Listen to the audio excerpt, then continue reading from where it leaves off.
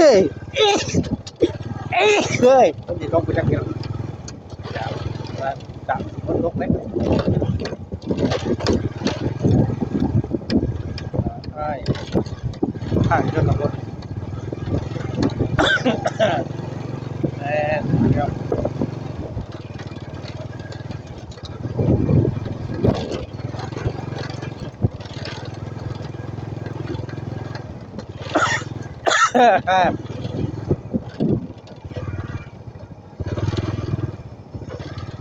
มาทะเลใส่หน้า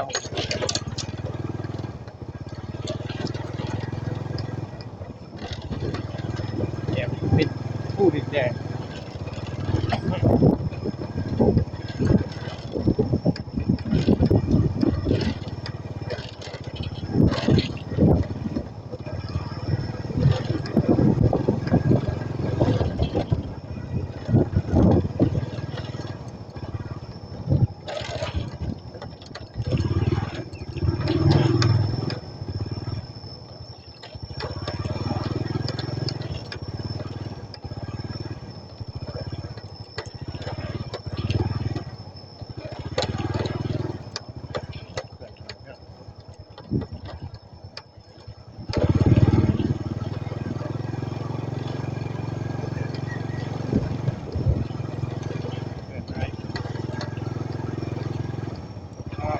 ก่อนยังมาทันไทยนะผม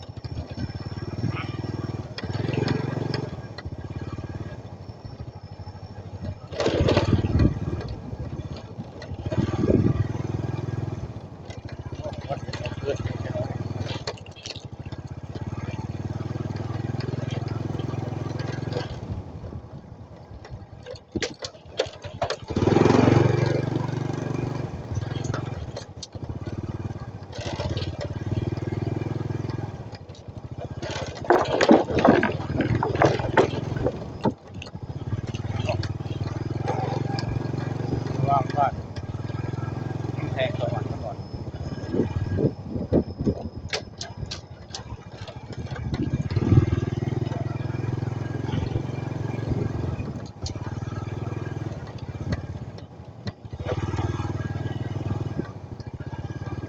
สายไหนหมดแล้ว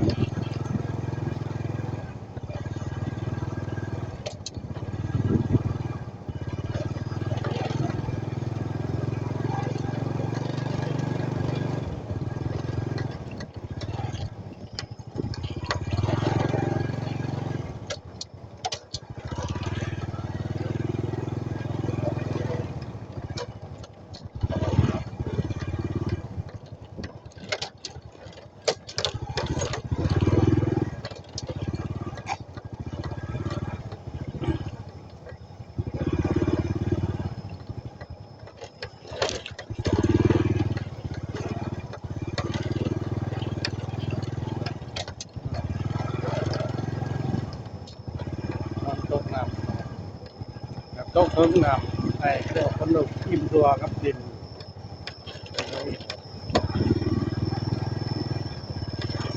หน้าดินใต้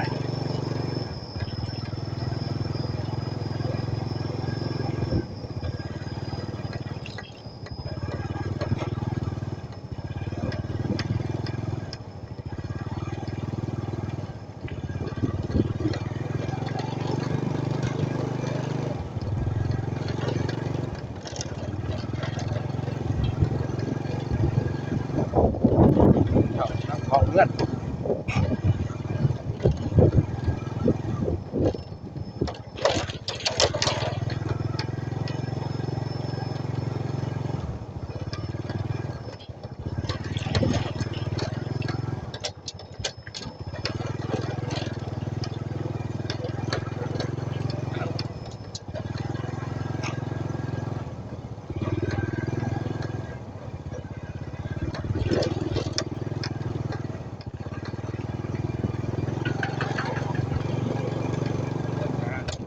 ทางดีครับทางโลไม่ได้โลยังดีทางโลของเราสีพี่กับเซนด้าเนี่ยดีมากสวัสดีครับ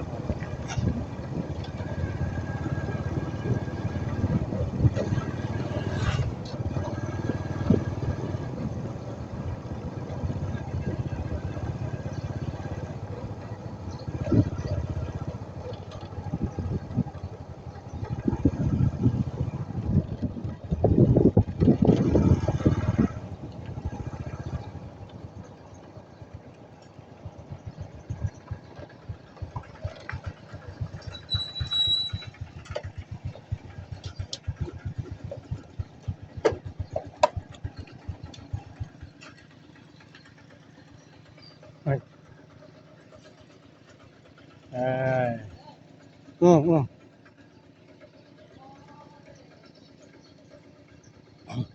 พวกนั้นอยู่บ่ดิเออโอ้ทางคักเนาะโลยังดีเนาะไปหลายปีดูเนาะหมอสมมาทางนี่โลยังดีหมอสมหรอไปฮอดผู้ใดแกงเกียมบ่ทางมันขึ้นไปทางมันไปซอดใส่แกงมีเหี้ย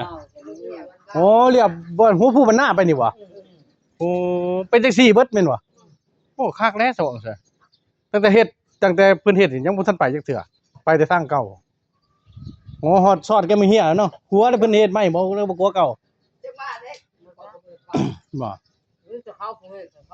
อืมเพราะว่าถ้าเป็นครัวเก่ากับครัวโจมกับครัวครัวร้อยเนาะสิโหนหั่นนะห่วยแต่ว่าได้ไปครัวดีๆทั้งนี้ก็เที่ยวทั้งพีได้ดีกว่าเนาะแต่ห้องผู้ไปหาคำหยาบเขาก็จะนี่ก็พวกคล้ายบ้านโลกดังเฮาไอ้โลกใหญ่ออกก็เผาโอ้เขาแพ้เอาของหายเพื่อจ้องแจงไปถึงคำหยาดเนาะหาคำหยาบหันมื้อก่อนค่อยไปมันสิไปยากบ่อนใกล้ทางที่เขาหันบนหันเนาะมันลมมีดีเนาะโอ้เฮ็ดไหมล่ะบ่ยังไงดีเว้ยเขาว่าบ่ไปให้หามบ่าวเขาว่าจังว่าทางเนาะห่วยถ้าบ่คำหยาดเฮ็ดครัวไปขามเซ่เลยโอ้ยเอาบ่ไปได้ทั้งพุ่นก็ว่าตาอยากให้เขาไปเฮ็ดครัวนี่ก็ไปทั้งพี่ได้มาดีกว่าแต่บ้านข่อยมาพี่บ่เด้อแม่นบ่ล่ะตอนนี้ทางเพิ่นทางอันนั้นน่ะเพิ่นอยู่เทิงเพิ่นอนุมัติเด้เพราะว่าเขารวมอยู่นั่นบ้านท่วงมาเส้นทางมาจากหนองแห้งมาหาลำแทงนี่ตกเพิ่นเฮ็ดแล้วตอนนี้เฮ็ดแล้วหมายถึงว่าทางมันดีแล้วตอนนี้แต่ตอนนี้จากไอ้หนองแห้งมาหาเก็ดโคนก็มาหาลำแทงนี่เพิ่นสิเฮ็ดแล้วนี่สิเฮ็ดนี่เพิ่นนี่ตกปลาตกแรกนี่เพิ่นสิเฮ็ดจังซี่เด้เพิ่นว่าฟังเบิ่งนำกันนี่ได้แต่เฮ็ดสาธุนำบ่ก็แม่นบ่ถ้าเกิดมาเฮ็ดบ่น้ำแทงมันยากบ่น้ำแทงให้กี่คนนี่นะตาเฮ็ดบ่นี่เลยโอ้ยมันสิไปยากหยังแม่นบ่เพราะว่าเขาเล่นตลอดอยู่แล้วโอ้ว่าดอกมันก็สะดวกเฮาเองก็แม่นครับ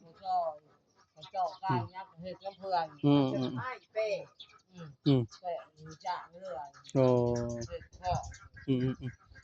ว่าจังซี่มันก็ถาวรแน่แม่นบ่น่ะเขาหน้าเขาหน้าเขาจะทำแม่เสียงอ่ะว่าจักบอกจักก็บอกเนาะนี่ตอนนี้หลายน้ำแข็งแล้วก็บอกเนี่ยนี่ก็แข็งผ้าอยู่เนี่ยเขาบอกโอ้สามารถชามพวกที่บ่มาเพราะว่า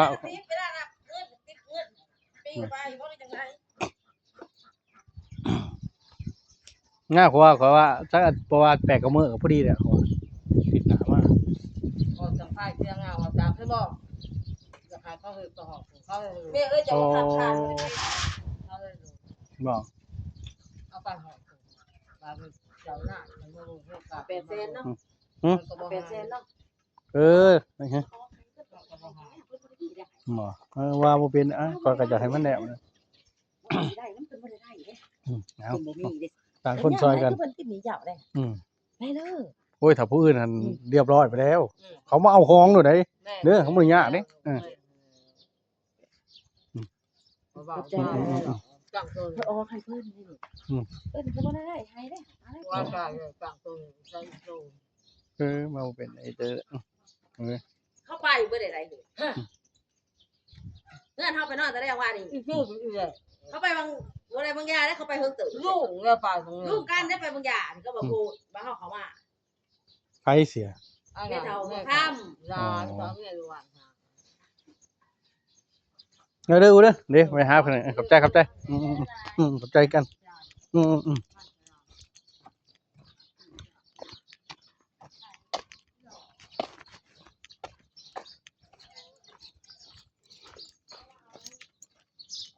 เอ้ยเดี๋ยวนะเอา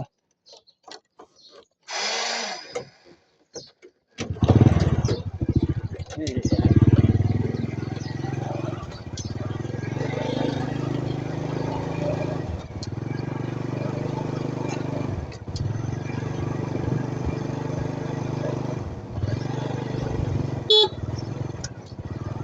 นั่งไว้ดิ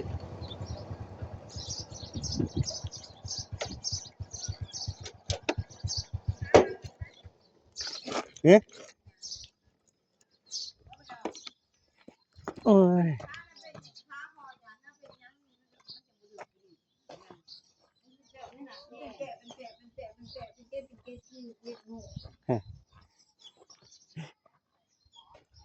เดี๋ยวเสีย โอ้หมอนี่เนาะพิษเนกี้โอ้ ว่าแล้วเป็นยังนะคะน่ะ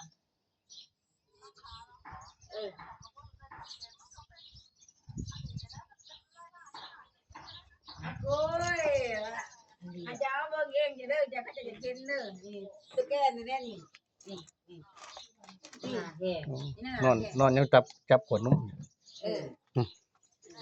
น อนยังจับขวดนุ่มนี่ ขอดูทำก่อนไปพี่โทรศัพท์ยายชูงบางทีขนาดอีปุ๋ยเพื่อจะอี บ่สูงจะได้พ่อแม่ก็ใหญ่คือ อันนั้นก็อีปุ๋ยวัตถุนะ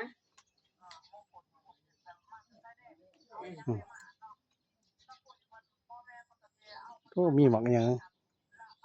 หมักบกเนาะงัวกินหมักบกกินแล้วก็มาสบายดี